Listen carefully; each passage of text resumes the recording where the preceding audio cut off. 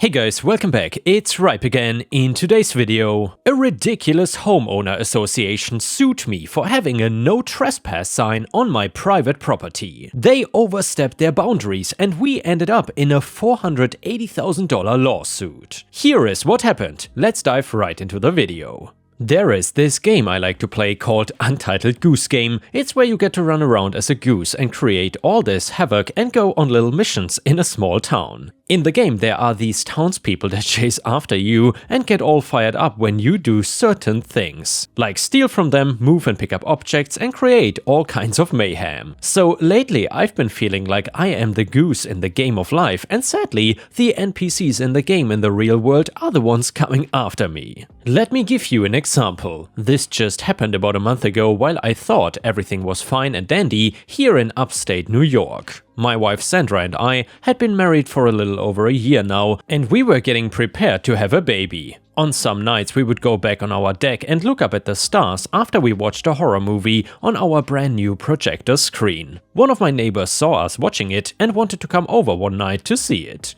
So we invited him and his wife with kids and we watched a couple Disney flicks. Word got around that we got this new projector and suddenly we started getting knocks on the door from kids asking if they could borrow it or at least come over and see some movies. I thought to myself, why don't they just stream their own crap and leave us alone? I mean, this was a great projector with full audio capabilities that could stream any platform and had good stereo. When we allowed some more people to come over and watch movies, I guess word got around some more that we had this awesome dual surround sound stereo getup. I laughed to myself thinking that maybe people had gone too far in thinking that we had something real cool, but apparently everybody loved it. So much so that one day my wife and I go outside to see the stars again at night and find that the projector is missing. We usually keep it hidden underneath our patio couch. I guess one of the neighborhood kids stole it. So when we decided to get an outdoor camera and put it on the side of our house with a large light that lit up our backyard,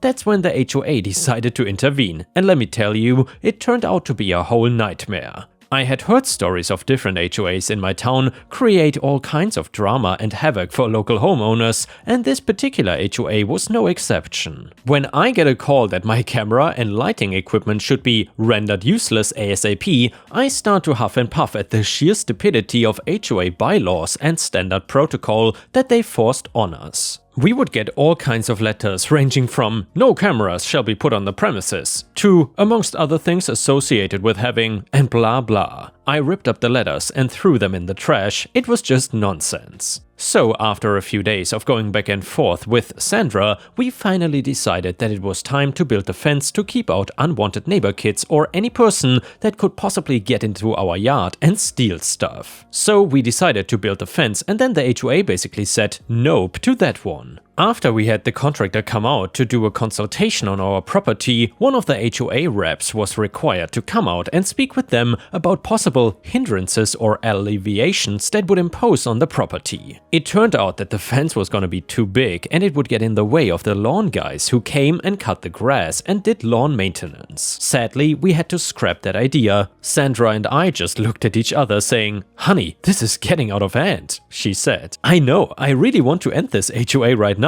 They are constantly getting on my nerves," I chimed in. "Wouldn't it be great if they left us alone for once?" she asked. "Yeah, but they are never gonna do that. Remember the Brooks family down the street? I heard that the HOA fined them $1,000 for not having their pet on a leash at all times when they walked it." We both looked at each other and Sandra replied, "I think they are crazy." I mean, for crying out loud, they have made so many homeowners miserable. I remember the Johnsons who used to live next door. They would always complain about how they couldn't put decorations up on their mailbox. I looked at Sandra and frowned. She was right. I wanted to do something to keep out the neighbors from barging in on us at night, since they liked our property so much and loved our projector. I remember seeing kids way out back sit down behind our lawn and watch it on their bikes. I guess this somehow pissed off the HOA, because the last time we watched a movie, we kept getting more letters in the mail about unruly gatherings or some BS like that. Finally, I looked at Sandra and said, "Why don't we just put up a no trespassing sign?" "Yeah, that might work," she replied. So we went to Home Depot and got us a large no trespassing sign and nailed it to a piece of plywood and stuck it on our backyard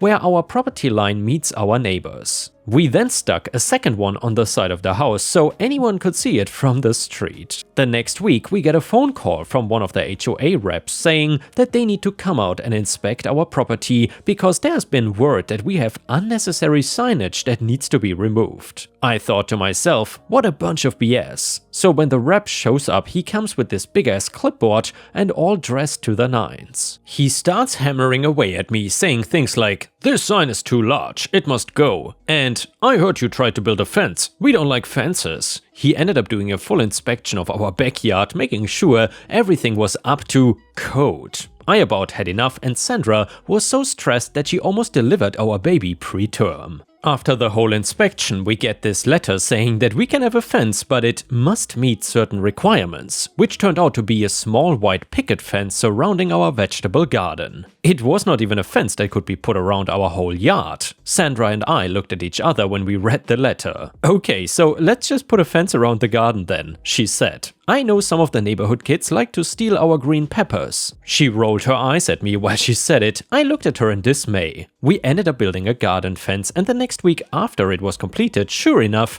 the HOA rep comes back out. Only this time we learn that he is the president of the HOA. And he is getting all fired up about us having a new garden fence that apparently exceeds rightful spaces and width and height protocols. I'm thinking, what the hell is wrong with these people? Why are they so hard up for size requirements? When the HOA goes to check up on our fence, he steps in the garden and my wife gets pissed off because he crushed our new yield on veggies and fruit. I got even more pissed off when he tagged a sign that was even bigger than our no trespassing sign on the new fence. After that ordeal, I call the HOA and find out that they are stepping beyond their limits and causing strife between us, our neighbors, and the association. We ended up going to court and talking with a lawyer who happened to be doing cases with some of the other neighbors. It turned out that the HOA and other representatives trespassed on their property too and took photos of various items that were deemed non-HOA friendly. After we went to see the lawyers, the strangest thing happened. The HOA was out in our backyard stepping over the fence and meandering around our property, taking photos as well. We thought that he was some sort of creep because he was pointing the camera phone at our house and we had windows open. He took photos of our garden and our house as well as lawn ornaments that we had outside for decoration. After a while we got fed up and went to see our lawyer.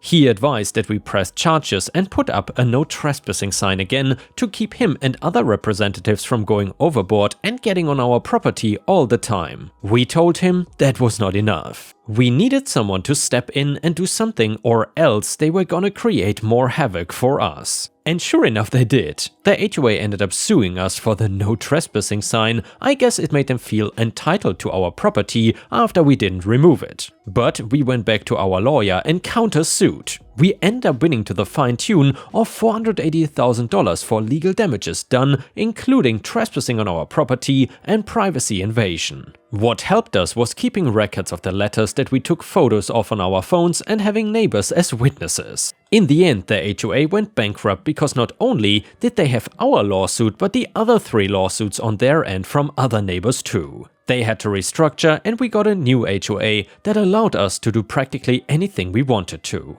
And with our new money we got from the lawsuit, we built a new in-ground pool and jacuzzi and upgraded our projector movie theater system and invited all the neighbors out and had a cookout. It was an awesome time and we bonded more closely with our neighbors and realized that despite what could go wrong, there's still goodness in the world if we all come together and trust each other at the end of the day. And yeah guys, if you still enjoy the HOA stories, then please don't forget to like the video and maybe even leave a comment because that would help me tremendously. Thank you so much, and now let's continue. And now let's move on to the next story. It starts like this. I always hear stories about disabled people being scrutinized for their disability. There is something about getting free money that drives people crazy. Well, let me tell you, getting disability benefits is not free money. It cost me my sight and others their freedom of movement or a limb or their mentality. I had never really had this problem before. My disability is pretty obvious: walking cane, guide dog, vacant expression. It's pretty obvious that I am blind. I am not even just a little bit blind, I am 100% completely blind. Anyway, I recently moved out of my parents' house into a place of my own.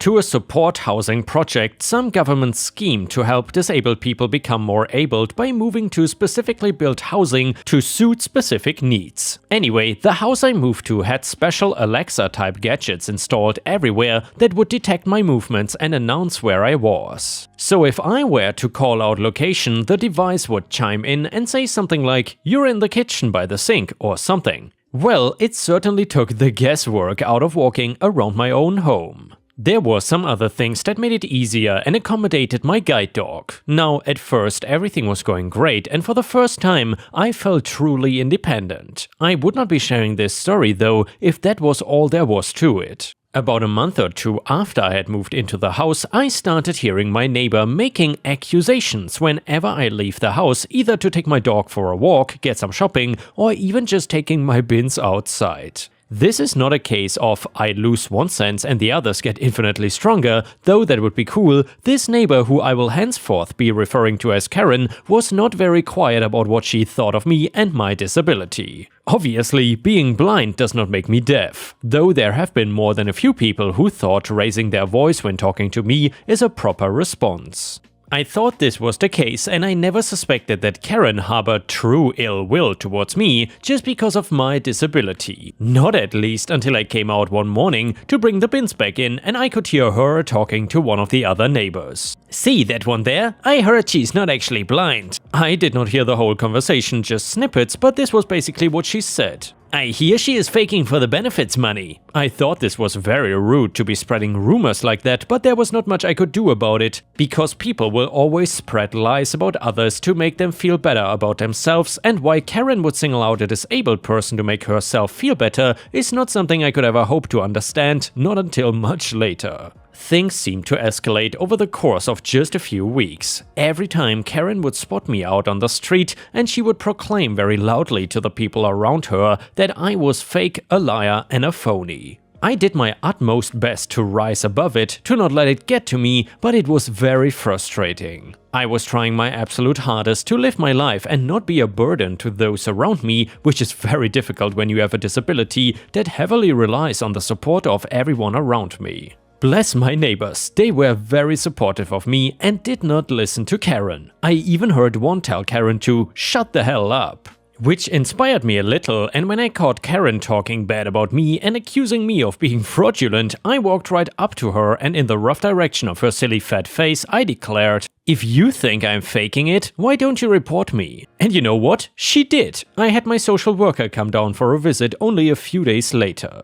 We sat down and had a chat for a few hours, and I told her everything that had happened with Karen. She said she would sort Karen out for me, for which I was very grateful. It certainly did not help matters in the slightest though. Now, as well as being a supposedly fraud, I was apparently bribing the social staff to keep my secret. I honestly don't think anything could have dissuaded Karen, not even if I took her in to see my doctor, or if she spent years training to be an optometrist and diagnosed my eyes herself. Karen was definitely one of those people where the truth did not matter, only their own crooked worldview. About a week later, as I was heading out to do a little shopping, Karen jumped out of the bushes at me, and she must have been waiting in an ambush. She jumps out and just starts shouting at me with a barrage of accusations and calling me out for reporting her to the social. She had clearly had enough and was determined to show the whole world that I was faking being blind. She was shouting at me, telling me to reveal the truth. Everyone knew I was not blind and there was no point going on with the charade.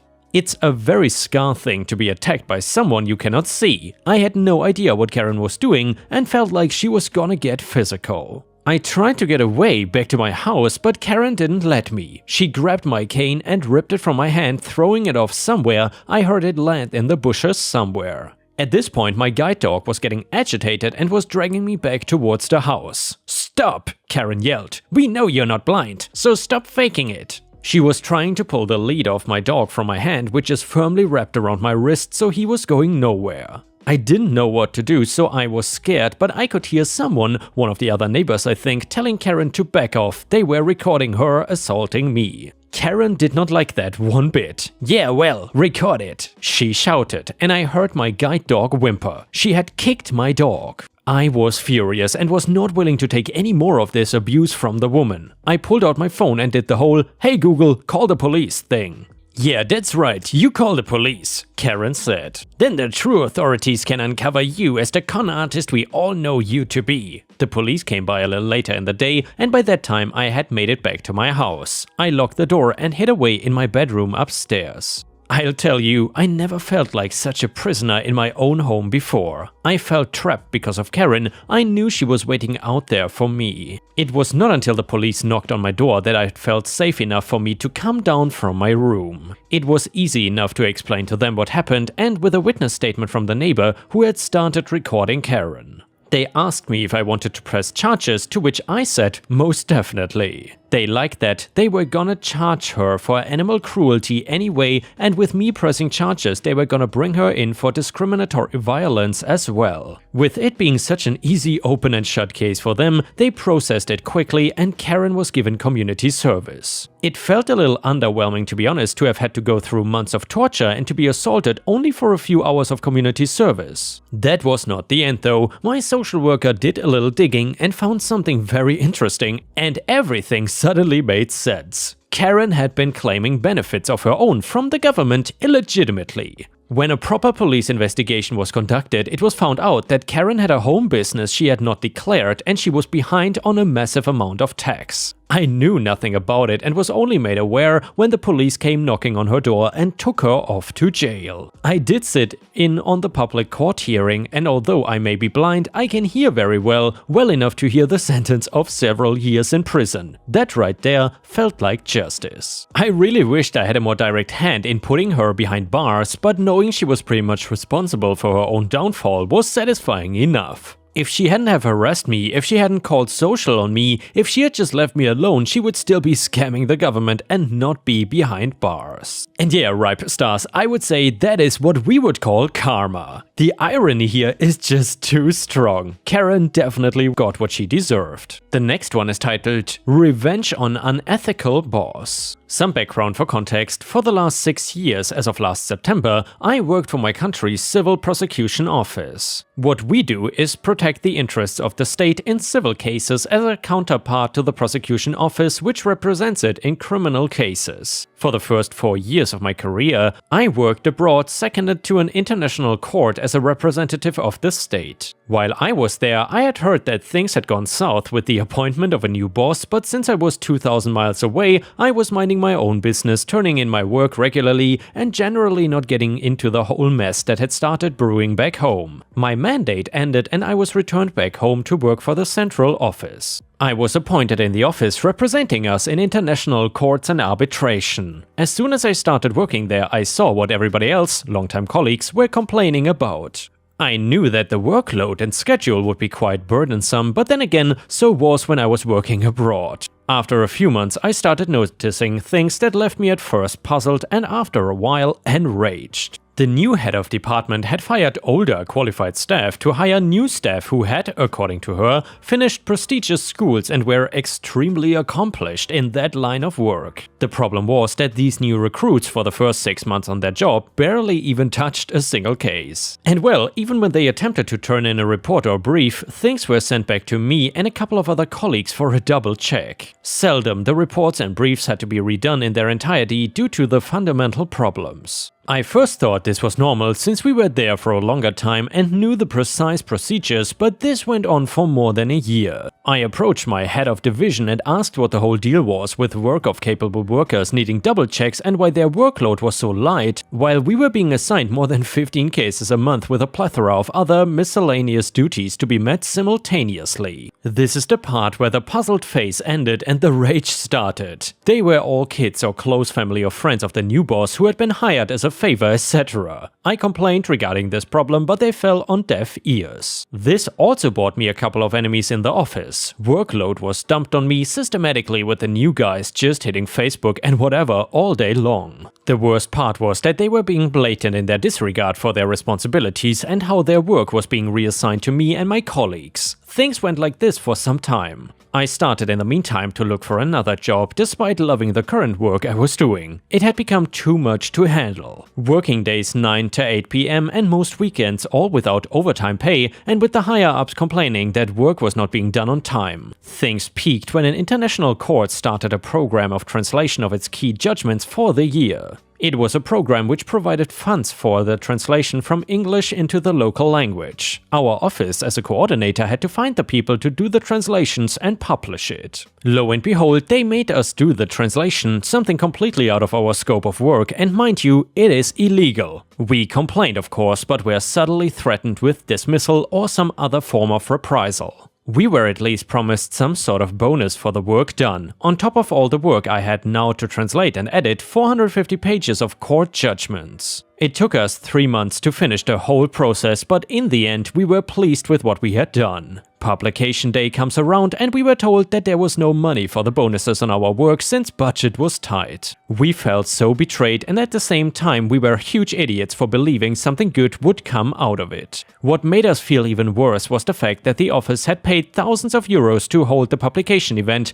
all the while we were on a tight budget. So that was clearly the worst week of my career. In the meantime, I had finally gotten a couple of job offers, but I had to wait for a couple of months for the new workplaces to start their activity. I couldn't wait to leave that toxic environment. Exactly 5 weeks before I was to leave the job, we catch wind of a new project on translation. We get called into our boss's office and are told that we would repeat the procedure, but this time we would get paid for certain at the end of the job. Everybody was looking down, quite unhappy and in disbelief, apart from me, who told them that I would be more than happy to take even a larger burden since I had finished with most cases for the next 3 months. All while smiling ear to ear and thinking to myself, F you! 3 weeks into work and I had done in total 5 out of 600 pages of translation, while excusing myself with random small work that had to be done. I could not wait to give my notice. Friday comes by and I submit my 2 weeks notice.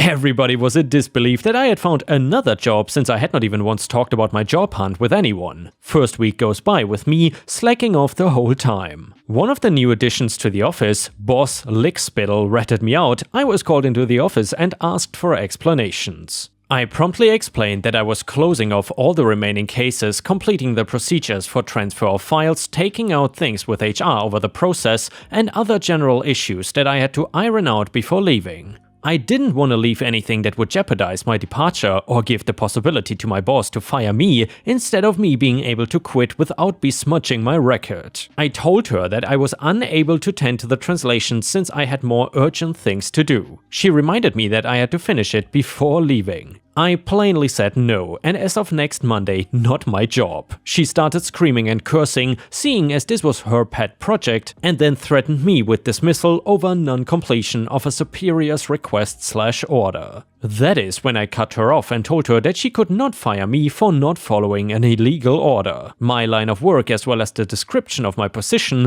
does not provide for me to do these translations. I threatened her that if she did something to ruin my record, I would gladly meet her in court where things would go public and not very good for her. Next day, I got a notification from HR that my papers were ready and I could actually leave early. So then I went back to my office, made a copy of all the files I had worked on, since I knew the IT guys would wipe everything, packed all my stuff, met my close colleagues, tried to explain to the other guys where every file was in case they needed it, and that they should migrate all files to another PC. But anyway, I was disregarded, and immediately after I filed a report with the ombudsman and her superiors at the ministry. The head of department was then reprimanded, which got her into her permanent record and the practice ceased immediately. A few weeks ago, they called me over some important documents they had lost on a very important case. I told them to go F themselves and watched in happiness as my boss personally lost the case with a penalty of a 15+ million euros. Icing on the cake is that a bunch of my colleagues left their job too in a matter of months, and now the office is in a real crisis with lack of human resources and qualified staff. Only people left in the office are the boss moochers, and they have started spiraling due to the pressure of having for the first time to do their actual job. And yeah, Ripe Stars, I gotta admit, that is probably one of the best malicious compliance/pro-revenge stories I've ever seen. Please let me know in the comments whether you enjoy these stories about malicious compliance/pro-revenge at the workplace, and maybe I will do more of them if you like them. Because in the end, I am here to please and I don't want to read stuff that you don't care about. Neighbor constantly trespassed on my property and exploited me. Last fall we moved into a new house and less than 2 weeks later had a baby. We were pretty focused on the whole parenting thing and failed to notice how often the neighbor on one side was using our property for several things without any kind of permission or discussion. It started with his kids spending their days in our driveway drawing with sidewalk chalk. We had to ask them to stop because we seriously feared running them over when backing out of the garage, as they have absolutely no supervision or regard for cars. They stopped drawing and started using our garage door as a bumper stop while riding their scooters and bikes. They physically bashed into the garage door and dented it. I asked them to stop. After a dozen or so instances, they finally stopped. In the spring, we noticed that the dad was parking his trailer on our side of the property between our two driveways. The property line is very clear with fences and different types of landscaping. In addition, he was pulling his garbage cans through our gravel and making huge tracks. As we are in the middle of a pandemic and we have a baby, we decided to write a note and leave it with our information while also lining the property line with large rocks. Never heard from them, but they had moved the rocks into a pile at the front of our side of the property. We moved the rocks back again and thought we had made our position very clear. At the beginning of June, the dad/husband came and rang our door. He proceeded to tell us that because he has parked his trailer like that since he moved in and no one has cared before, so we cannot care either. At no point did he ask if he could park on our side or use our property. He said, "It has never been a problem and I should be able to do it." We politely said we did not give him permission to do so and explained that we intended to landscape the area and his trailer and use of our property would ruin the landscaping we had planned. The entire conversation was difficult because he spoke over me the entire time and talked to me like a child. At the end of the confrontation, he said we were rude neighbors and stormed off. Since then, he parks further over, moves our landscaping rocks constantly, and aggressively moves his garbage cans through the gravel, leaving marks like he was zigzagging back and forth. This weekend I started taking photos as proof of his parking and the way he is ruining our gravel with his garbage cans. He came out and glared at me. I, very nicely again, asked him to stop. He replied, "Why?" And when I said because it is my property and we have asked him not to, he replied, "Whatever," and walked away. Now we come to today. I am done. I am so frustrated that this guy feels like he is entitled to unquestioned use of property that is not his. And also guys, in this story we once again see one of my favorite arguments of entitled people, the magical "I have always done this, so I can just continue to do it," which obviously stems from former neighbors who have simply never intervened when this neighbor was doing this BS. And in my opinion guys, that is why it is always so important to stand up for yourself, because it will not only make the situation easier for yourself, but maybe also other people in the future. And the next one is an update to the neighbor trespassing on my property and exploiting me story. It is a very happy update. I drafted the letter with some legal assistance. Prior to sending it, I wanted to ensure I had proper cameras in the event he decided to make things worse. When I installed the camera, the neighbor must have realized why it was installed, because they stopped doing all the annoying stuff. Then, about a month later, they listed their house for sale. They have moved out and we don't have to deal with their entitled butthole attitude anymore. I appreciate all the assistance and support, as I was really unsure if I was going in the right direction. However, I also want to clarify, I don't believe that the neighbor moved because of anything I did or asked him to stop doing.